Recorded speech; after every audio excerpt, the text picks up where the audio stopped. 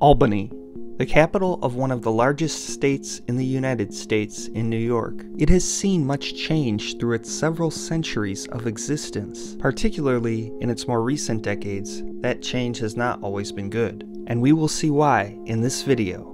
This is What Happened to Albany, New York. The area that would become Albany, New York would see its European settlement occur in the first half of the 1600s by the Dutch.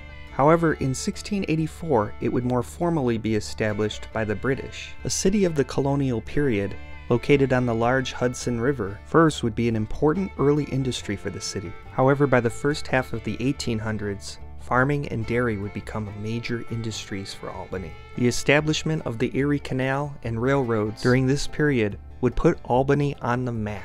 And by the 1850 census, over 50,000 people would live there, making it the 10th largest city in the United States at that time, bigger than cities such as Chicago and Detroit.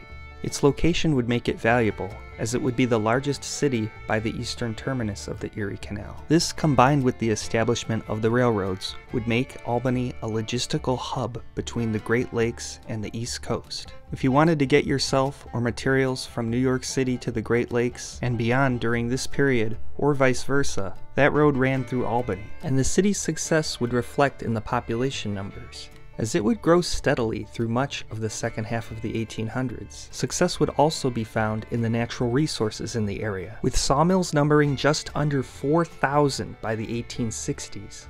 Other businesses such as the New York Central Railway, the Delaware and Hudson Railway, and what eventually would become Key Bank would be established and become important parts of Albany. While the sawmill industry mostly shriveled up by the end of the 1800s, the city's population would not decline much, and would start to grow at a strong pace going into the early decades of the 20th century. The growth would not just be in Albany, but nearby Schenectady as well, whose population would also grow and even rival Albany's. Albany's population would continue to grow again, and would peak at just under 135,000 for the 1950 census. From this point forward, though, much of what would make Albany successful would begin to change, and in Albany's case, not for the better. The building of freeways and the St. Lawrence Seaway in the 1950s would render the Erie Canal, which was so important to Albany, obsolete, while also lessening the importance of the railroads, another industry very important to the city. Rail lines such as the Delaware and Hudson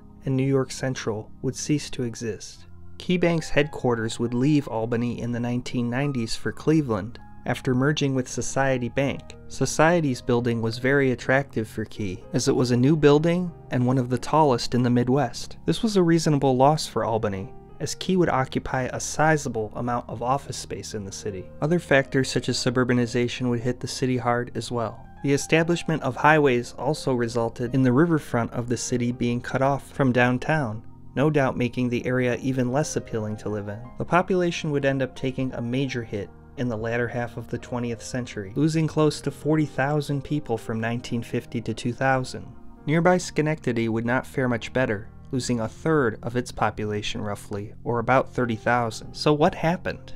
What made Albany so relevant in the first place just became more and more irrelevant over time. Rails, canals, and the implementation of new infrastructure would simply turn what was once an important stop to one that could be missed. The decline of old industry in Albany would not set it up for something new, with most jobs today being in the service industry, be it in healthcare, government, or other fields. Given that it is not close to a major US city, doesn't help its case for future growth either. The population losses in Albany have leveled off, and the region has had significant investment with the Tech Valley project, particularly in research and semiconductors. However, this did not happen without intense monetary investment from the state government. Despite this promising development, though, New York is still a costly state to live in, nor has it been a popular destination for people to move to of late, and the weather doesn't do it any favors either. There is some promise, though, but it remains to be seen how far progress can actually go.